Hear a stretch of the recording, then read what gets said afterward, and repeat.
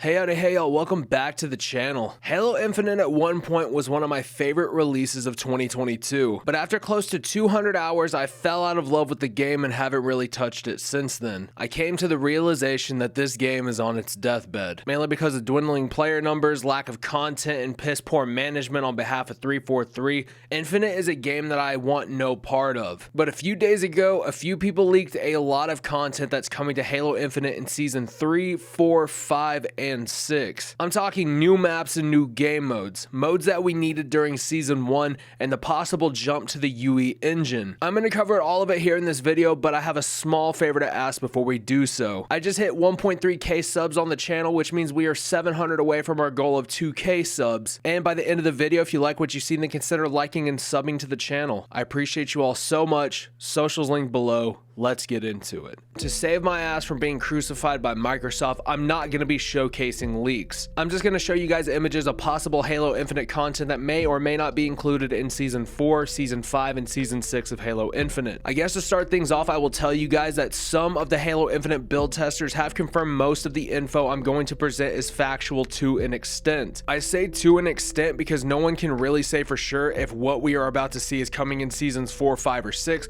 but regardless, let's continue. Moving into the future seasons of Halo Infinite, we have about 20 maps coming our way. We have Crystal Caves, Rock Ridge, and Sand Temple to name a few. Note, these names will more than likely change upon release. We will also be seeing a double barrel shotgun of some kind along with a new armor ability called the Quantum Translocator coming into later seasons of this title. Firefight looks to be coming soon as an official mode to Halo Infinite, and a map that's currently in the build looks to be a version of the House of Reckoning mission from the Infinite campaign. Along with everything I just read off, we have the Falcon from Halo Reach making a return along with a plethora of new helmets to choose from. All of these leaks are courtesy of multiple build testers in the community like Bathrobe, Spartan, Surasia, and even the official Halo Leaks Twitter page. Speaking of Halo Leaks, they posted a tweet on the 8th of February that says, quote, "The rumors about a Halo Infinite Alpha build being leaked out are true. Microsoft is not happy. If you have it, delete it." Few things that we can say is this is heavily based around Iritus, Infection possibly being the main event for Season 3,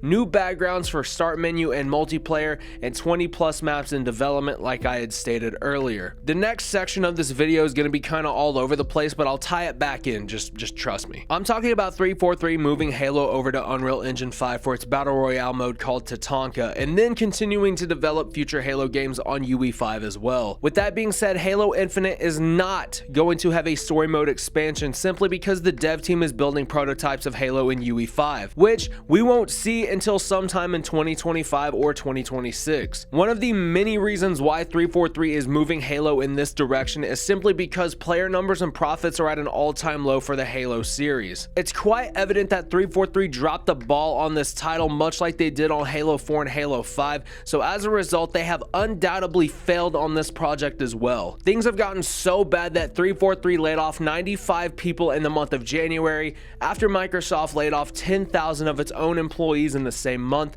and that's roughly 5% of Microsoft's total workforce. The people who were let go from 343 were industry veterans and top-notch developers. Former 343 designer Patrick Wren posted on Twitter saying, quote, "The layoffs at 343 shouldn't have happened and Halo Infinite should be in a better state." The reason for both of those things is incompetent leadership up top during Halo Infinite development, causing massive stress on those working hard to make Halo the best it can be. The people I worked every day with were passionate about Halo and wanted to make something great for the fans. They helped push for a better Halo and got laid off for it. Devs still there are working hard on that dream. Look at Forge, be kind to them during this awful time. End quote. And truer words have never been spoken. I'm gonna start wrapping this up and give you guys my thoughts at the same time. 343 has a lot of content moving down the pipeline right now. Like I said earlier, we have around 20 maps, new weapons, new armor pieces, new vehicles, new game modes, and a move to UE5. All of this being delivered to us in the next 2 to 3 years. Unfortunately, the people who have been working on this project, about 80% of them are gone. Newer developers don't know how to develop on their current software they have called Slipstream space,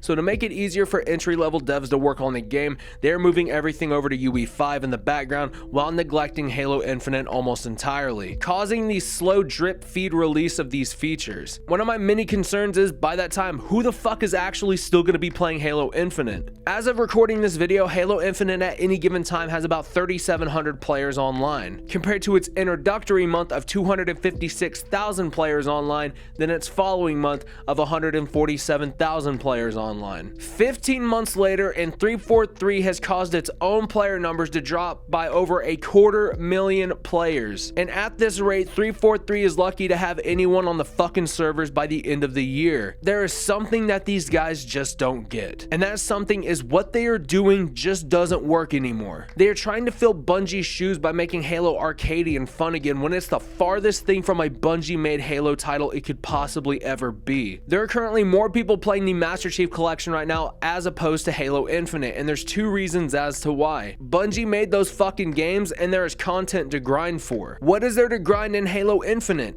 A battle pass? Okay, so what about after that? Exactly, not a damn thing. At the end of the day, the future for Halo Infinite is bleak. It's merely a stain on the fabric of gaming that's easy to wash off. And unfortunately, for a series that I've been a fan of for almost 18 years, I feel a growing separation from this title, company, and franchise entirely. Once we get more info and news regarding this huge wave of potential content, I will be covering it here, so hit that sub button, that like button, and rehire that notification bell. I post content like this all the time right here on YouTube. And as always, my name is Redbeard Mortis. Take care of yourselves and each other, and I will see you guys in the next one, but until then, I am fucking out of here.